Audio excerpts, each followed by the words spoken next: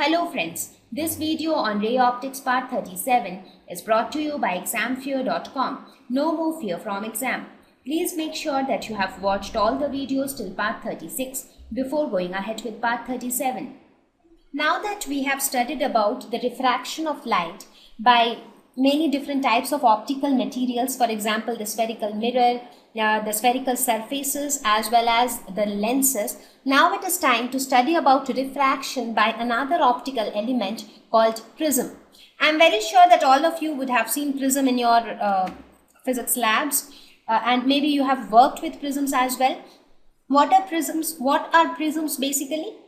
Prism is nothing. It is a transparent optical material with flat polished surfaces that refract light. So that means since the prism is made, now it is not necessary that prisms are always made up of glass. They are sometimes made up of glass, sometimes even plastics or fluoride, depending upon the type of application it is used for, because there are a wide variety of applications where prisms are used.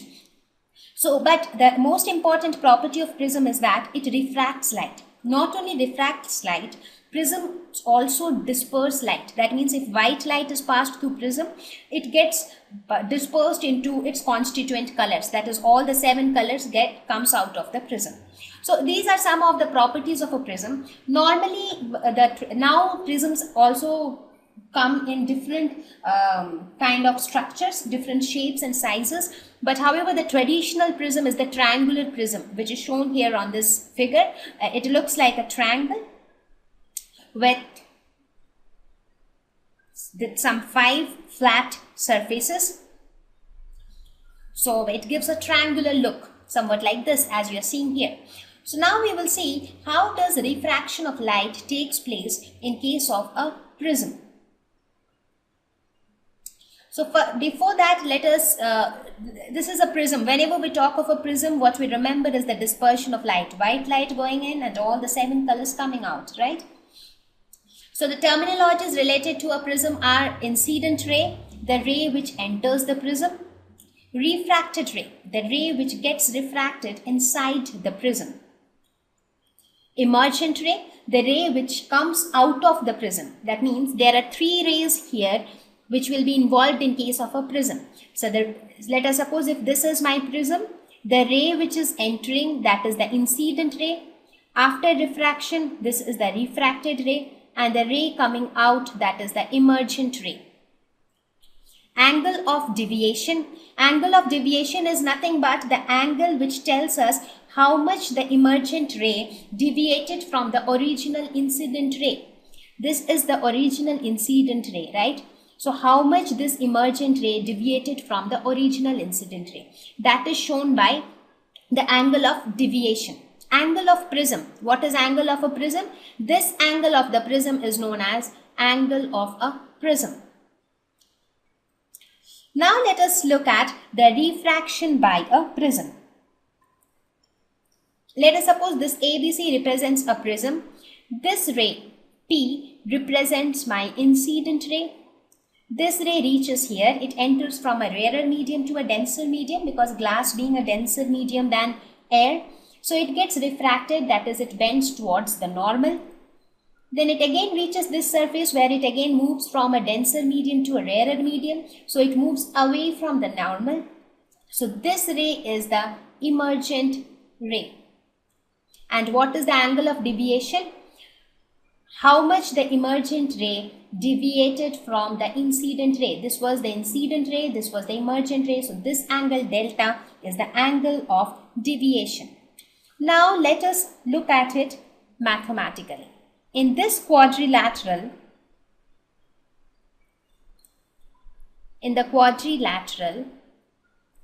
AQNR. So AQNR is a quadrilateral. In this quadrilateral, we can say that this angle of prism A plus this angle QNR, this is equal to 180 degrees, because in any quadrilateral, the sum of the opposite angles is equal to 180 degree, right? Also, in triangle QMR, we can say that in triangle QNR, we can say that R1 plus R2 plus angle QNR is equal to 180 degrees. Or we can say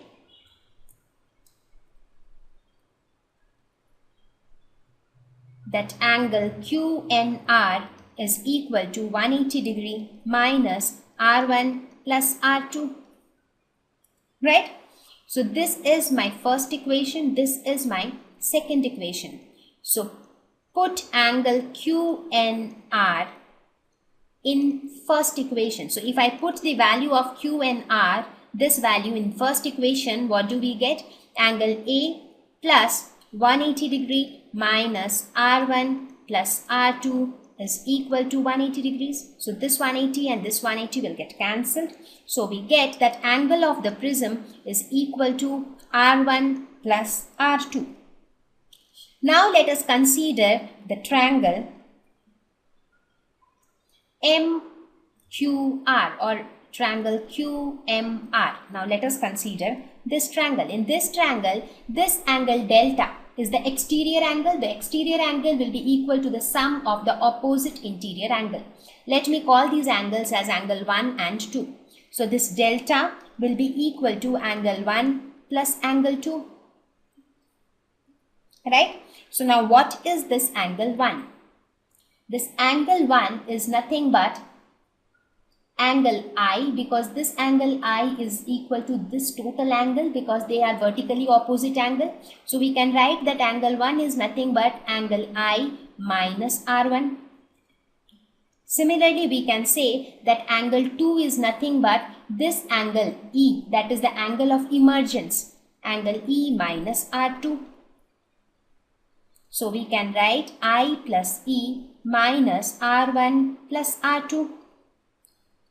So from here we can say delta is equal to I plus E minus R1 plus R2. What is R1 plus R2? R1 plus R2 is equal to A.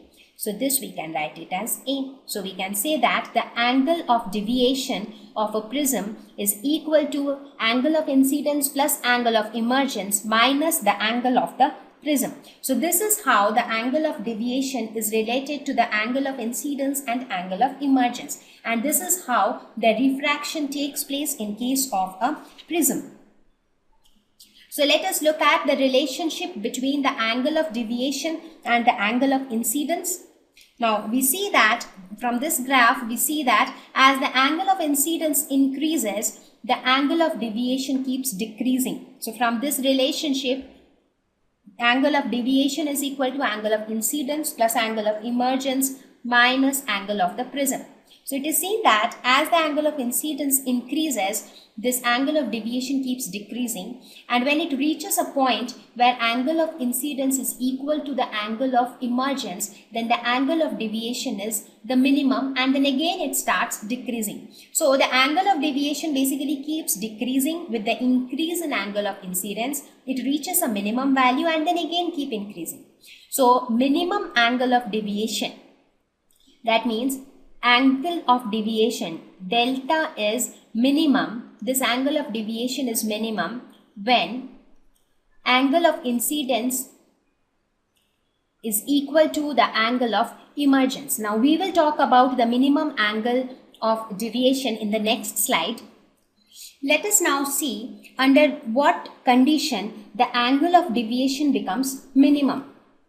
Now it is seen that the angle of deviation, that is delta minimum when the refracted ray goes parallel to the base of the prism. That means this is the ray. When this ray is parallel to the base of the prism, then we say that the angle of deviation, that is delta, is minimum. That is delta is equal to delta minimum when I is equal to E, that is angle of incidence is equal to angle of emergence, and R1 is equal to R2, because when this line is parallel, to this line, then angle of incidence is equal to angle of emergence and R1 is equal to R2. Therefore, we saw that A is equal to R1 plus R2, that is the angle of prism. So angle of prism becomes 2R. So R is equal to A divided by 2. Therefore, what will be the minimum angle of deviation? So angle of minimum deviation will be equal to I plus E minus A. So I plus E, what is I plus E? E and I are same, so I plus I minus A. So this is equal to 2I minus A. So from this we can say that the angle of incidence is equal to A plus delta M divided by 2. So when the angle of incidence is equal to this value, then the mean deviation, that is the angle of deviation, will be minimum. So the angle of deviation, how it varies with the angle of incidence?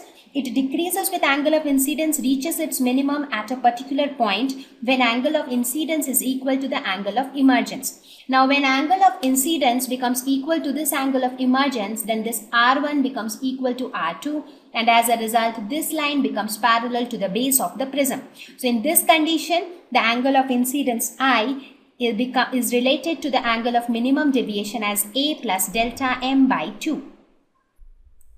Thank you.